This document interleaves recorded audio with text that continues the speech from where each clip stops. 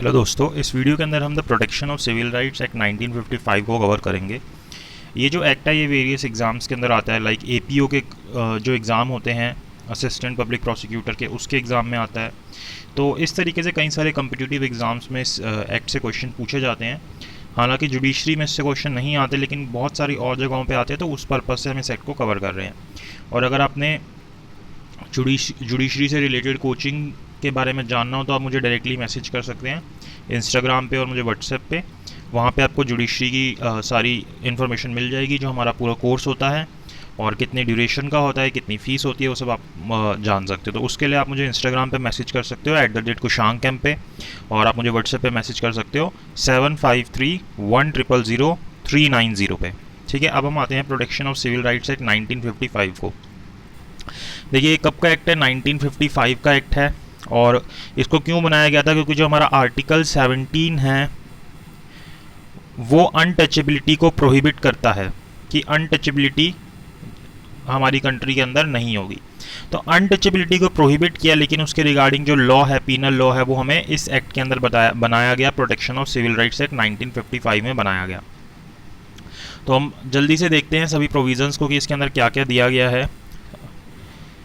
तो ये क्यों बनाया गया था? सबसे पहले इसका रीज़न दिया गया है कि prescribe punishment for the preaching and practice of untouchability, कि अगर कोई पर्सन प्रीचिंग करता है या फिर प्रैक्टिस करता है, किसी को और को सिखाता है ये काम करना, या खुद प्रैक्टिस करता है अनटचेबिलिटी की, तो उसके लिए पनिशमेंट की बात की गई है इस एक्ट के अंदर। इसी के लिए इस एक्ट को बनाया गया है।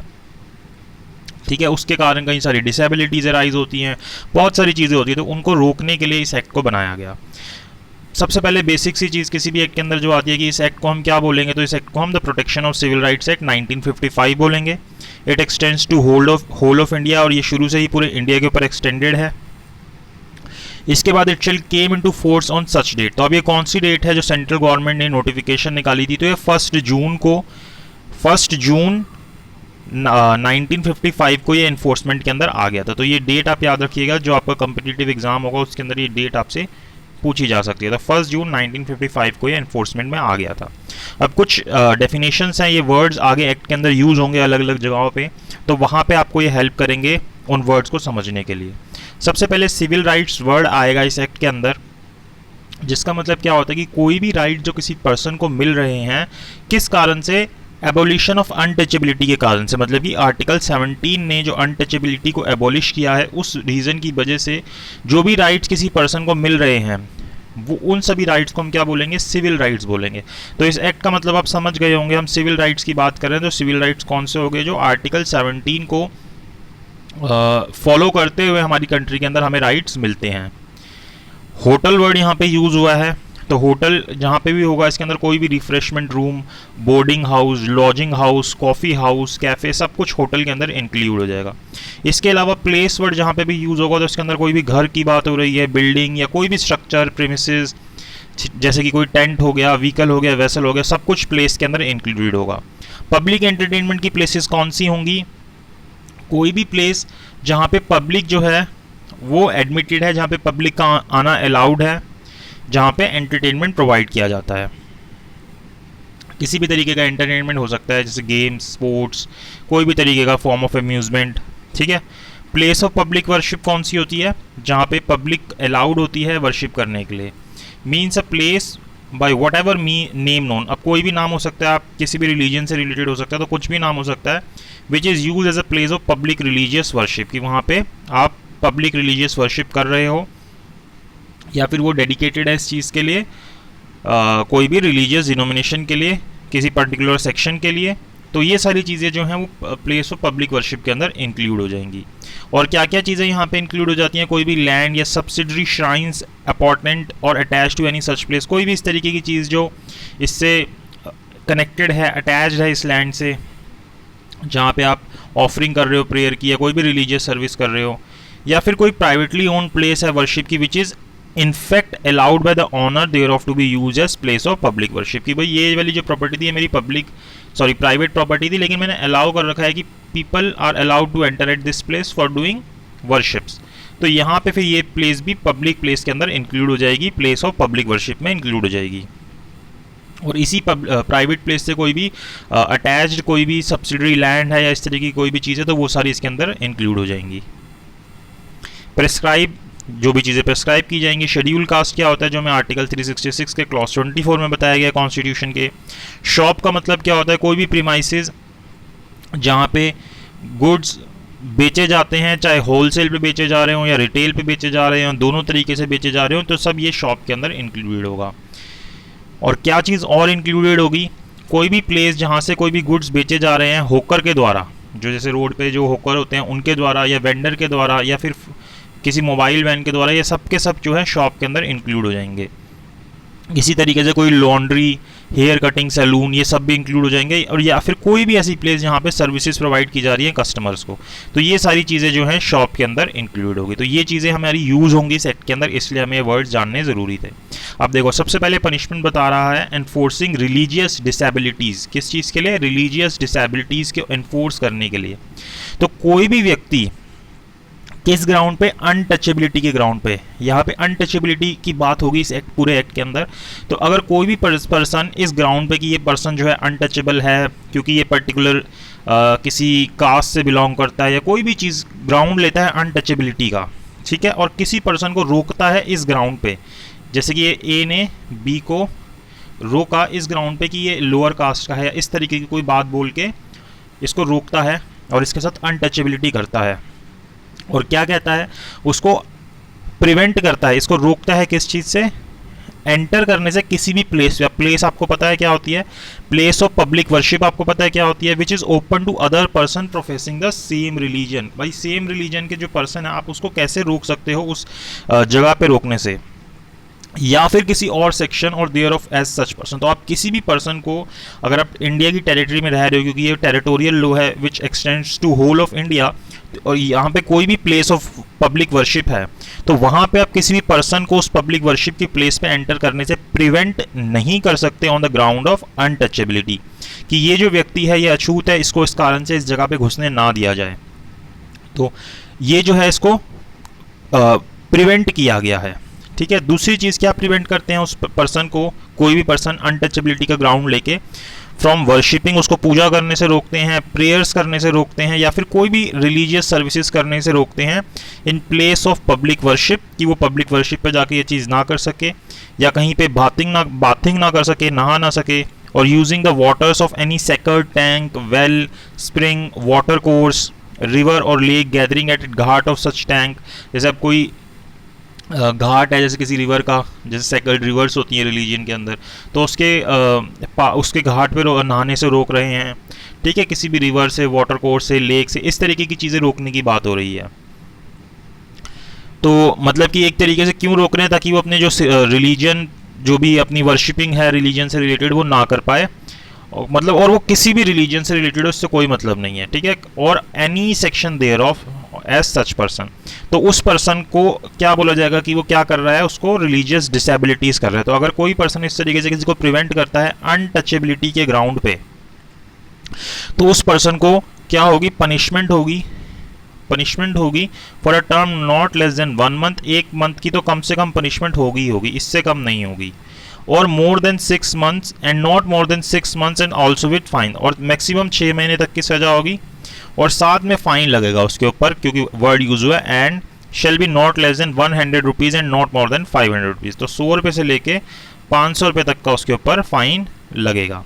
तो ये अगर आप किसी पर्सन को इस तरीके से प्रिवेंट करते हो किसी भी वर्शिप, मतलब पब्लिक प्लेस ऑफ वर्शिप से, प्लेस ऑफ पब्लिक वर्शिप से, तो वहाँ पे आपके ऊपर ये पेनल्टी, मतलब पनिशमेंट और ये पेनल्टी लग सकती है अगर आप अनटचेबिलिटी को ग्राउंड लेते हो। तो यहाँ पे एक्सप्लेनेशन के अंदर बोलता है कि इस सेक्शन के लिए, सेक्शन 4 के लिए, मतलब ये जो सेक्शन 3 था और सेक्शन 4 के लिए, पर्सन प्रोफेसिंग कौन कौन से रिलीजन, बुद्धिस्ट, सिख या जैन रिलीजन, और person professing Hindu religion in any of its forms और डेवलपमेंट इंक्लूडिंग वैश्यवास, Lingayat, Adivasis, followers of Brahmo, Prarthana, Arya Samaj and स्वामित्र्यांश स्प्रेदे shall be deem to be Hindus. तो इन सबको हिंदू ही माना जाएगा। हिंदू एक्ट जब हम पढ़ते हैं, हिंदू मैरिज एक्ट और वो सारे एक्ट, वहाँ पे भी इन्हीं को हिंदू माना जाता है, और यहाँ पे इन सबको हिंदू ही माना जाएगा। बुद्धिस्ट, सिख, जैन, ये सब हिंदू के अंदर इंक्लूडेड होंगे। फिर सेक्शन 4 के अंदर बोलता है कि अगर आप किसी को सोशल डिसेबिलिटीज करते हो, यहाँ पे आप क्या कर रहे थे, किसी के साथ रिलीजियस डिसेबिलिटीज कर रहे थे सेक्शन 3 के अंदर, सेक्शन 4 के अंदर आप क्या कर रहे हो, सोशल डिसेबिलिटीज कर रहे हो, तो उसके लिए आपको पनिशमेंट मिलेगी।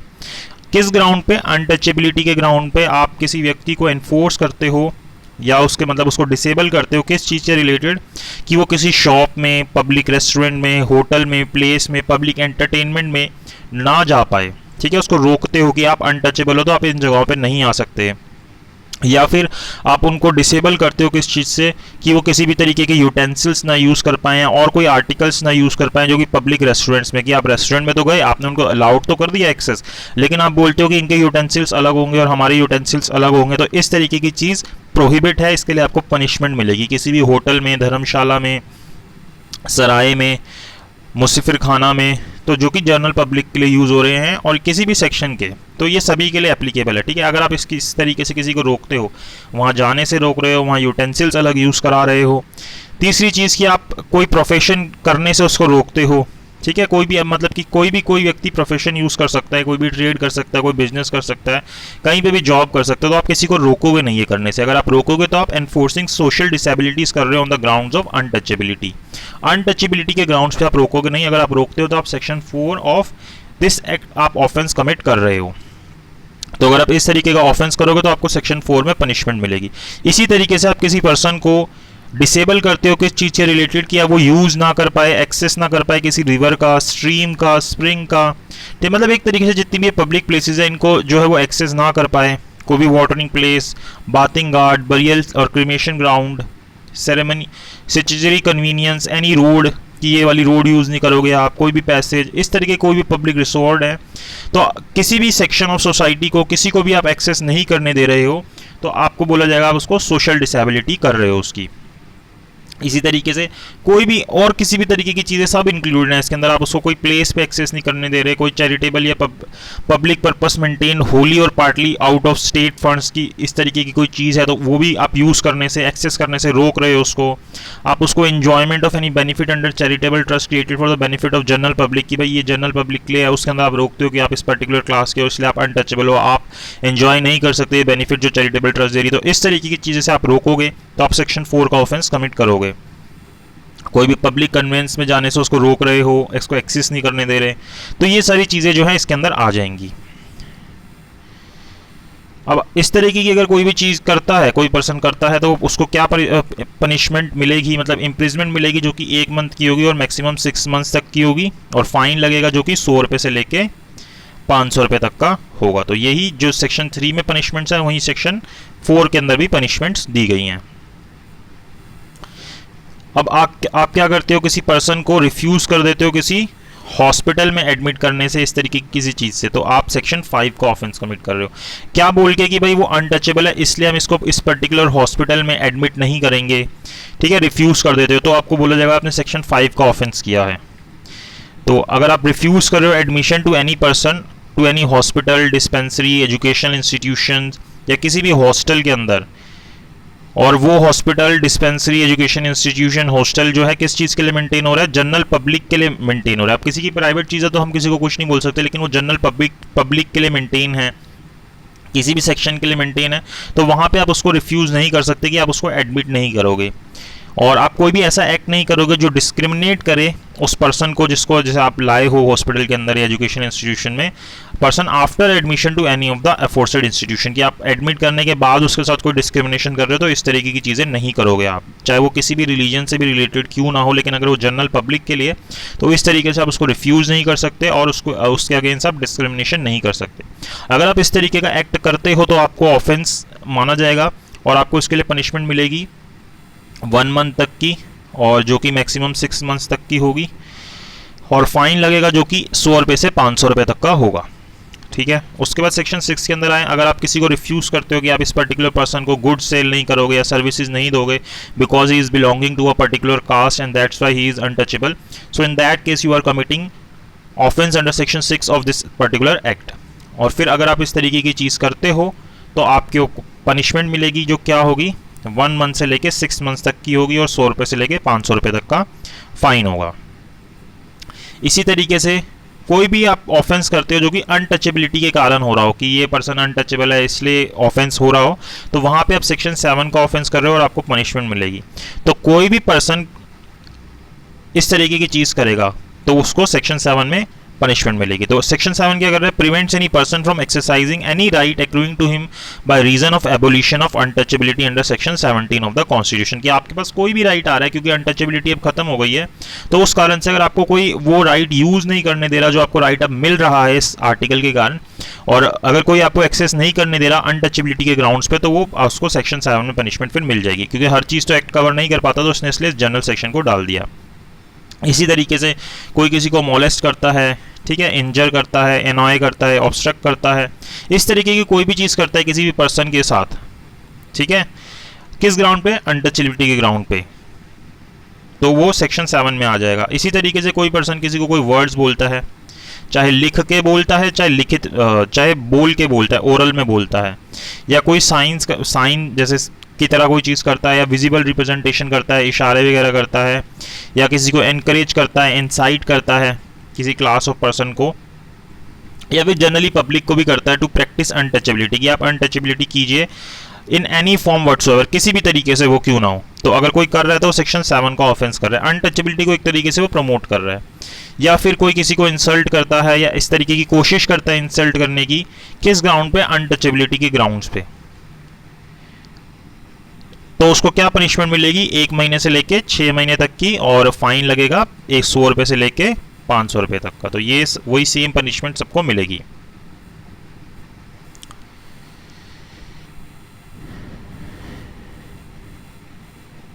इसके बाद सेक्शन 7A आता है, unlawful compulsory labour when to be deemed to a practice of untouchability. यहाँ पे हम कब मानेंगे कि जो कंपल्सरी लेबर है उसको साथ अनटचेबिलिटी की प्रैक्टिस हो रही है, तो who ever compels any person, की अगर कोई भी व्यक्ति किसी को उकसाता है, किस ग्राउंड पे, अनटचेबिलिटी के ग्राउंड पे, कि वो क्या करे, स्केवरिंग करे, स्वीपिंग करे, मतलब वही कूड़ा उठाने का काम या झाड़ू पोछे का काम, या फिर कोई भी कैरकस या फिर फ्ले ऑफ एनी एनिमल को हटाने का काम करे, इसी तरीके से कोई अनब्लिकेबल कोड को या कोई भी इस तरीके की जॉब करे सिमिलर नेचर की, तो shall be deemed to have enforced a disability arising out of untouchability। तो माना जाएगा कि उसको एनफोर्स किया जा रहा है कि वो अनटचेबिलिटी के अंदर जा रहा है। तो whoever deemed under subsection 1 have enforced a disability arising out of untouchability shall be punishable with imprisonment for a term which shall not be less than 3 months and not more than 6 months। तो यहाँ पे 3 month से लेके 6 महीने तक की सजा मिलेगी, और वही फाइन लगेगा आपके ऊपर 100 रुपये से लेके 500 रुपये तक का। इसके बाद कैंसलेशन और suspension of licence in certain cases, कि आप किसी का क्या कर रहे हो, कैंसिल कर रहे हो या सस्पेंड कर रहे हो लाइसेंस किसी किसी केसेस के अंदर। तो वहाँ पे क्या है कि when a person who is convicted of N offence under section 6, जो सेक्शन 6 के अंदर अगर किसी को ऑफेंस हो रहा है, उसको कोई ऑफेंस कर रहा है, उसके अंदर उसको कन्विक्शन मिल रही है, अगर उसके पास कोई लाइसेंस है under any law for the timing in force in respect of any profession, की वो कोई प्रोफेशन करे, ट्रेड करे या एम्प्लॉयमेंट करे जिससे रिलेटेड उसने ऑफेंस किया है, the court trying the offence may without prejudice to any other penalty to which such person may be liable under the section direct that the licence shall stand cancel. तो वो मान लेगा या court क्या करेगा, उसका जो लाइसेंस है वो कैंसिल कर देगा या सस्पेंड कर देगा, जो भी उसको पीरियड ठीक लगेगा उसके लिए, ताकि वो इस तरीके की चीज़ें आगे से ना कर पाए। और जो कोर्ट का ऑर्डर होगा इस तरीके से माना जाएगा कि वो कॉम्पिटेंट अथॉरिटी का ही ऑर्डर है जो कैंसिल करने का, सस्पेंड करने का हुआ। फिर सेक्शन 9 क्या बोलता है कि रिजम्पशन और suspension of grant made by government, की अगर कोई सस्पेंशन या रिजम्पशन की है ग्रांट के रिलेटेड, गवर्नमेंट ने उससे रिलेटेड बात करता है। तो वेयर द मैनेजर और ट्रस्टी ऑफ अ प्लेस, कौन, मैनेजर या trustee of a place of public worship for any educational institution और हॉस्टल, ये तीनों ही चीज़ें आ जाती हैं, which in receipt of grant of land or money from the government is convicted of an offence under this act। कि भाई जैसे एक पर्टिकुलर पर्सन था ए, उसको गवर्नमेंट से एक लैंड ग्रांट हुई थी, और वो क्या कर रहा था, उस लैंड ग्रांट जो हुई थी उसके ऊपर कोई पब्लिक वर्शिप या कोई एजुकेशनल इंस्टीट्यूशन या हॉस्टल इस तरीके की चीज़ उसने बनाई थी, और वो ये जो पर्सन था ए, ये इसको कन्विक्शन हो जाती है, ये जो ऊपर ऑफेंसेस बताए गए हैं इनमें से किसी ऑफेंस के लिए। money from the government is convicted of any offence under this act and such conviction is not reversed or quashed in any appeal or revision, और अपील या रिवीजन में भी जाता है तो वहाँ पे कुछ नहीं होता उसके अंदर। तो ऐसे हालात के अंदर अगर गवर्नमेंट को सही लगता है, in its opinion the circumstances of the case warrant such a course, direct the suspension or resumption of the whole or any part of such grant। तो इस तरीके के जो ग्रांट्स उस पर्सन को मिले थे तो उसको जो गवर्नमेंट है क्या कर सकती है, सस्पेंड या रिजम्पशन कर सकती है पूरी तरीके से, कोई उसका पार्ट जो ग्रांट गवर्नमेंट ने दिया था उसको अब वो रिजम्पशन या सस्पेंशन कर सकती है। इसी तरीके से अगर कोई अबेटमेंट करता है इन ऑफेंसेस की तो उसको भी वही पनिशमेंट मिलेगी जो उस सेक्शन के अंदर दी गई है। जैसे अगर मैं आपको उकसा रहा हूँ कि आप ए पर्सन और मैं आपको उकसा रहा हूँ कि आप बी पर्सन के साथ इस तरीके की अनटचेबिलिटी कीजिए और जो भी जितनी चीज़ें बताइए उनमें से कोई चीज़ कीजिए, तो मुझे भी सेम सज़ा मिलेगी जो मैं आप जिस ऑफेंस के लिए आपको उकसा रहा हूँ इसको साथ करने के लिए। उसके बाद सेक्शन 10 है power of state government to impose collective fine. तो ये स्टेट गवर्नमेंट को पावर दे रखी है कि वो कलेक्टिव फाइन भी लगा सकती है अगर स्टेट गवर्नमेंट इस चीज़ से सेटिस्फाई हो जाती है कि जो इनहेबिटेंट्स है एक पर्टिकुलर एरिया के, जैसे कि ये एरिया है जिस भी एरिया में रहते हैं, तो यहाँ के जो पर्टिकुलर इनहेबिटेंट्स हैं जितने भी लोग यहाँ पे रह रहे हैं, और abetting the commission of any offence punishable under this sector, वो क्या कर रहे हैं, कोई भी इस तरीके का ऑफेंस कमिट कर रहे हैं, अबेट कर रहे हैं कि इस तरीके का ऑफेंस वो करे, और harbouring persons concerned in the commission of such offence और appealing to render all the assistance in their power to discover or apprehend the offender or offenders or suppressing material evidence of the commission of such offense। किसी भी तरीके से उकसा रहे हैं, अगर किसी ने ऑफेंस किया उसकी जो चीज़ें हैं एविडेंसेस हैं उनको छुपा रहे हैं उस पर्टिकुलर प्लेस के इनहेबिटेंट, तो ऐसे केस के अंदर जो स्टेट गवर्नमेंट है may by notification in official gazette impose a collective fine on such inhabitants and apportion such fine amongst the inhabitants। तो इस पूरे सोसाइटी के अंदर जितने लोग रह रहे हैं या जितने इनहेबिटेंट है पर्टिकुलर एरिया के, सबके ऊपर एक कलेक्टिव फाइन लगा देगी और फिर उनके बीच में उसको डिस्ट्रीब्यूट कर देगी कि सब इतना इतना इसमें से देंगे। And such apportionment shall be made according to the state government's judgement of the respective means, और वो फिर अपने हिसाब से कि किसको कितना देना पड़ेगा स्टेट गवर्नमेंट बताएगी। And making any such apportionment, the state government may assign a portion of such fine to a Hindu undivided family to be payable by it। तो ये इनके ऊपर भी लगाया जा सकता है। Provided that fine apportioned to inhabitant shall not be realized until the petition if any filed by him under subsection 3 is disposed of। तो ऐसे केस के अंदर अगर कोई petition थी तो वहाँ पे इनहेबिटेंट जो वहाँ पे लोग रह रहे थे उनके ऊपर इस तरीके का फाइन जो है रियलाइज़ नहीं होगा जब तक कि जो पिटीशन लगी हुई थी वो डिस्पोज ऑफ नहीं हो जाती।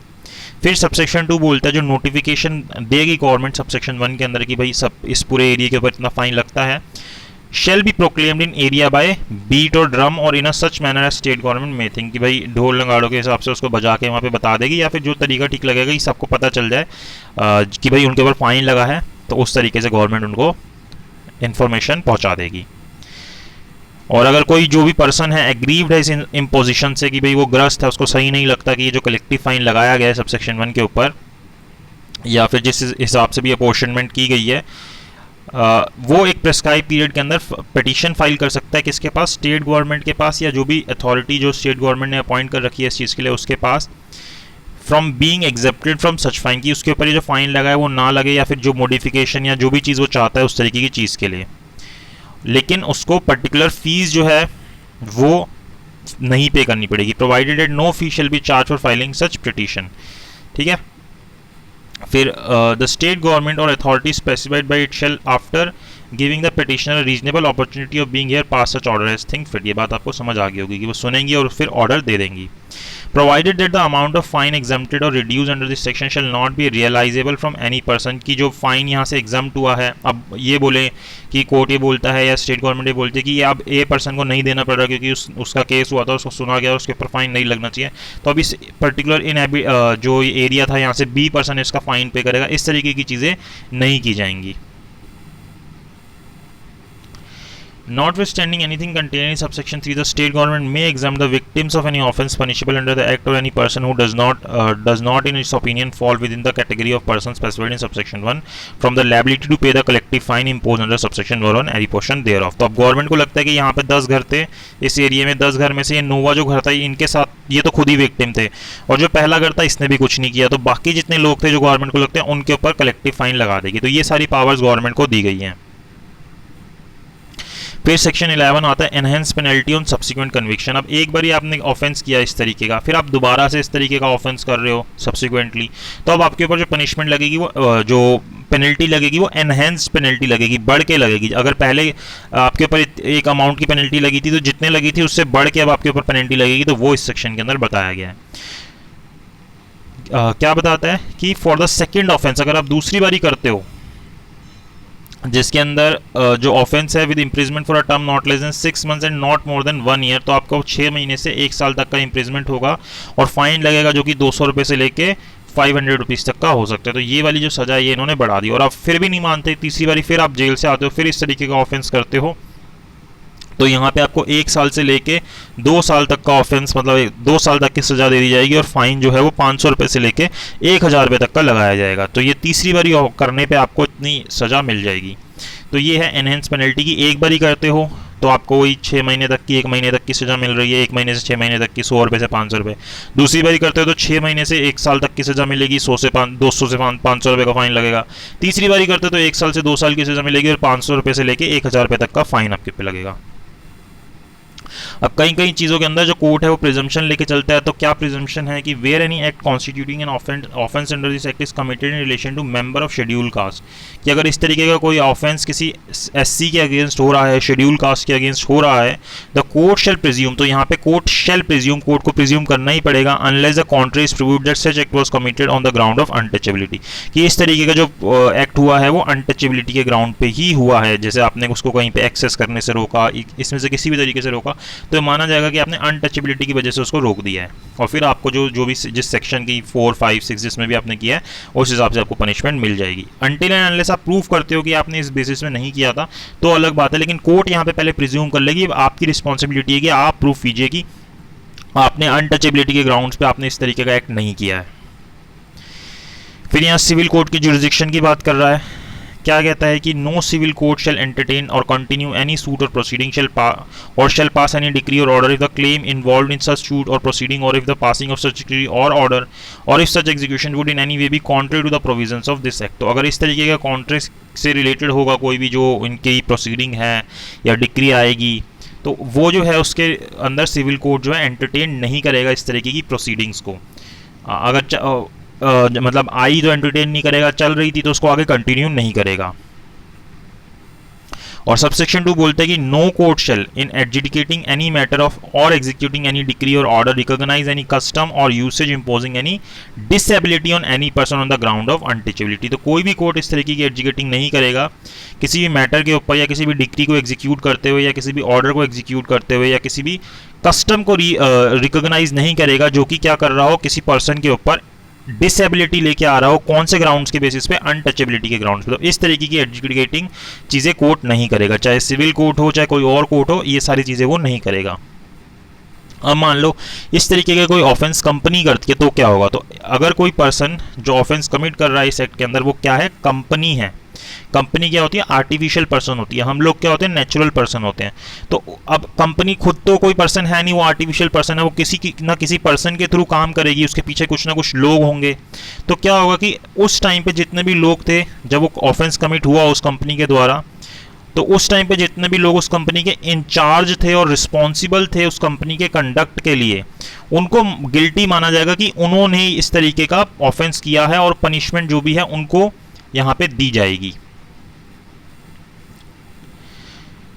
प्रोवाइडेड प्रोविजो देता है कि ये जो सबसेक्शन है shall render any such person liable to any punishment if he proves, अगर लेकिन उनमें से जो पर्सन प्रूफ कर देता है जो भी लाइबल था या इस तरीके का जो पर्सन था कि ये जो ऑफेंस कमिट हुआ ये उसकी बिना नॉलेज के हुआ या फिर उसने अपनी पूरी तरीके की ड्यू डिलीजेंस की थी, सभी तरीके से कोशिश की थी कि इस तरीके का ऑफेंस ना हो, तो फिर उसको छोड़ दिया जाएगा, अदरवाइज उसको भी यहाँ पे सजा मिलेगी।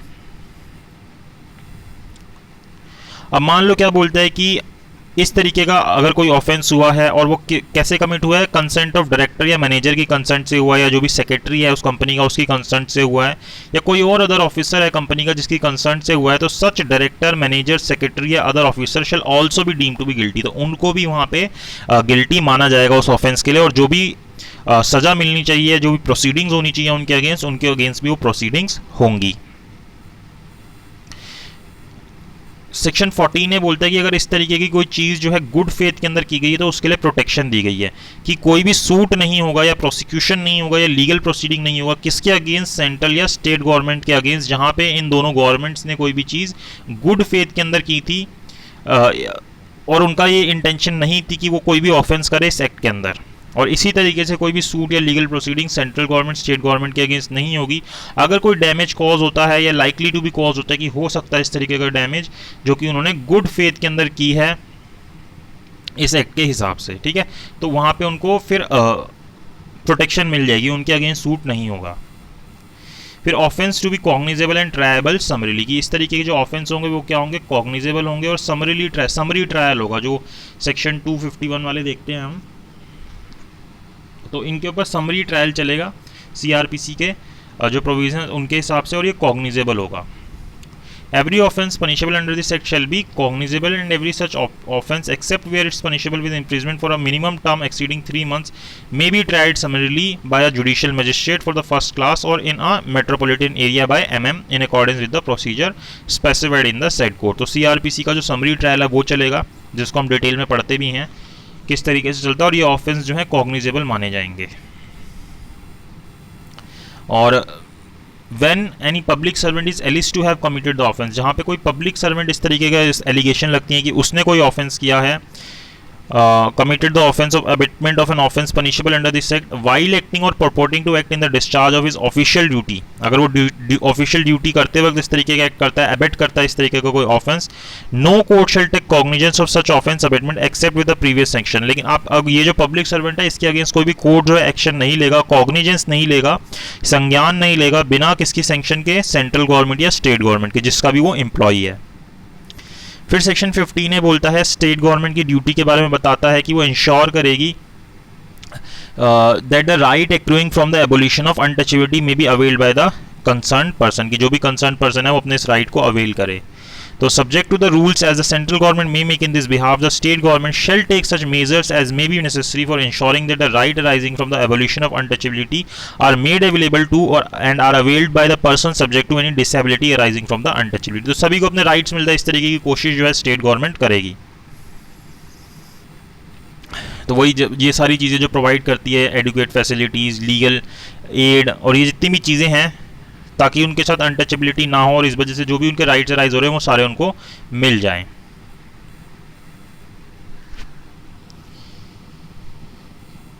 तो यही सारी चीज़ यहाँ पे आगे इन्होंने बता रखी है। फिर सेक्शन 16 आता है act to override other laws, की ये जो एक्ट है ये बाकी जितने भी लॉज हैं उनको ओवरराइड कर जाएगा, मतलब कि ये एक्ट जो है उनको प्रिवेल कर जाएगा।